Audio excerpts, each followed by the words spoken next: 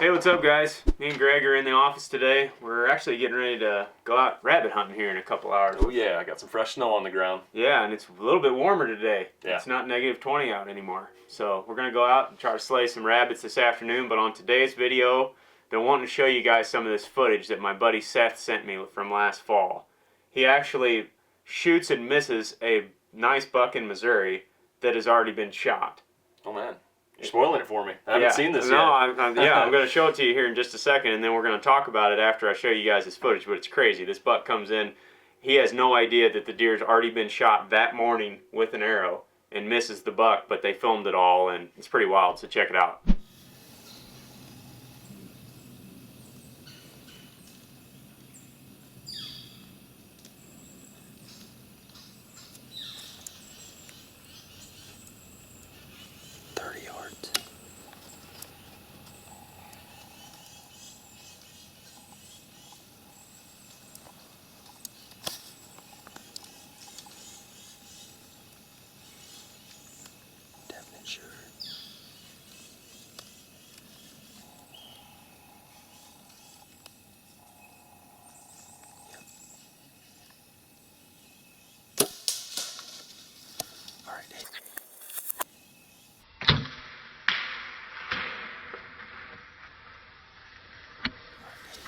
What's up, guys? It's the morning of November 4th, Sunday morning here in Missouri.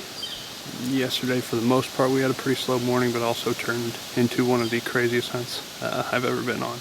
About 10 o'clock, had a nice mature 8-pointer come walking in. Ended up getting a shot about 30-35 yards. Not a great shot, clipped a limb, missed the deer, took off completely unharmed. What I failed to notice, and what my cameraman was trying to tell me in the middle of the chaos, was that that deer was actually already bleeding and had already been shot that morning by a neighbor. And we didn't know who at the time, but it definitely looked like a front side shoulder hit once we reviewed the footage. Not much penetration, and like I said, when the deer came in, I could not tell at all that anything was wrong with it. It was walking slow, but otherwise no issues. It ran off fine. Looked at the footage, found my arrow, and there was actually blood everywhere right there. And we actually tracked that deer for another 50-60 yards through the woods, following quite a bit of blood. Ended up hopping a fence, hopping onto the neighbor's property. And that's when we kind of backed off and started to head out.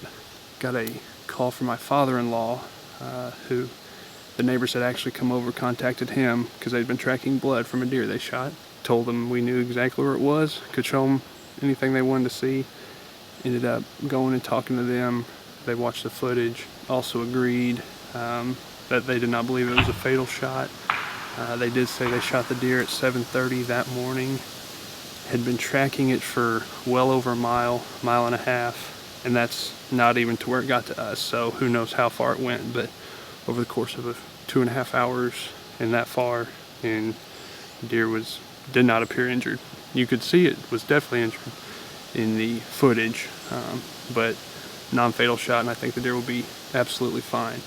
Crazy, interesting hunt. Ended up contacting buddy Warbritton about this, and he agreed with me on that. It was something that you really don't ever see, and it just goes to show, great lesson for any hunters out there. You maybe find a lot of blood, but you might not find a deer. It just depends on your shot. So I don't know, craziness.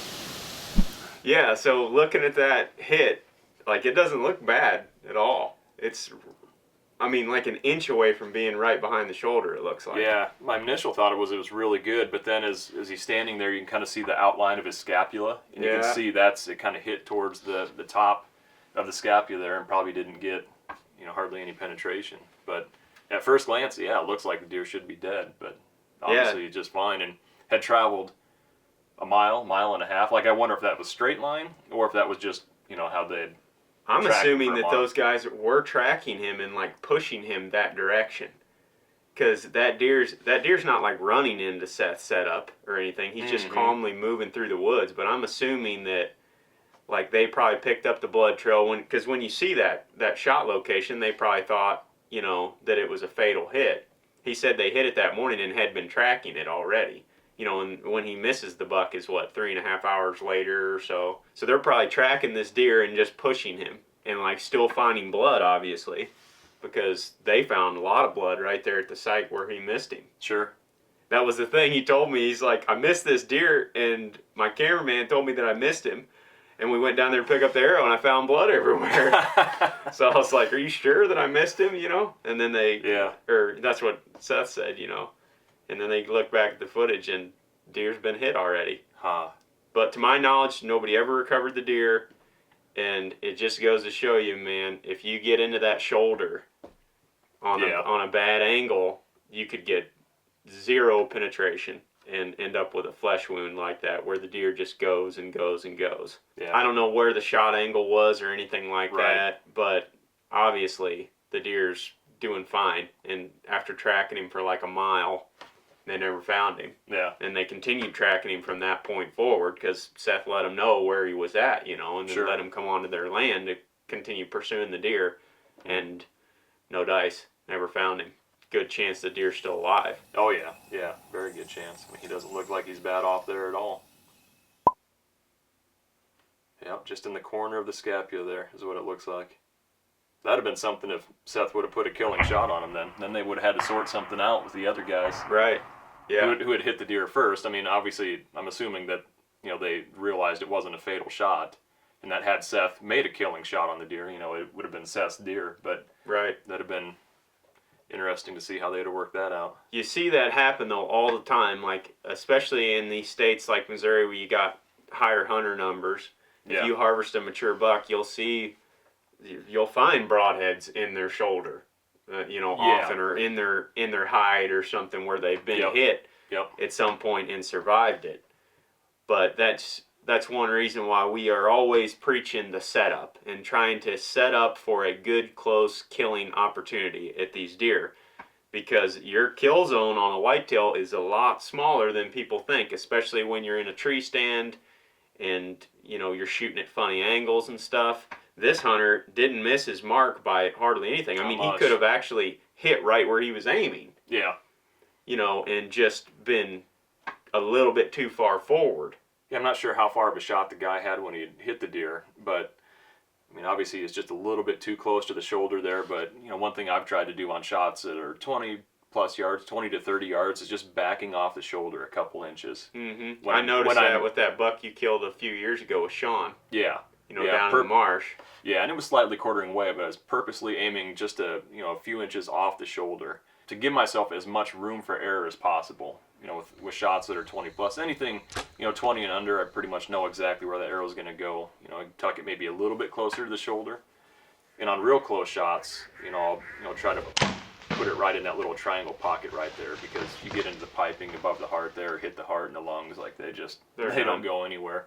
They're done. But yeah, I mean, and like we say, bow hunting is a game of inches, and for the guy that hit that deer just a couple inches back or a couple inches lower, and it's a totally different story. But like you said, that's why we preach taking close shots, that high percentage shots that you can make. But we just wanted to show this to you guys. I mean, it's pretty crazy footage, I think. Yeah, it's interesting what's going through somebody's mind is, when they have the adrenaline going, they see a buck that they want to shoot that he didn't even recognize that there was blood on the deer's side. Like, it almost gives him a good aiming point. Yeah, it does. So it's his arrow was headed right for the deer. He just didn't see that limb. Yeah. I don't think that deflected his arrow, and then it sticks in that tree down there in the bottom right-hand corner, and the deer runs off fine. But be interesting to see if they can find that buck again next season. Yeah. But one more thing before we close out this video. I've already posted this particular chunk of footage on our Patreon account. And what we're going to start doing there is airing a few sneak peek clips over on our Patreon page. So if you guys are interested in that, you can go check that out. Obviously, all of our videos will still continue to be free right here on YouTube. But if you want to catch some sneak peeks, behind the scenes stuff, and have a little bit more one-on-one conversation with us, you can go to our Patreon page and follow us there. Right on. Right on. See you guys. Thanks for watching.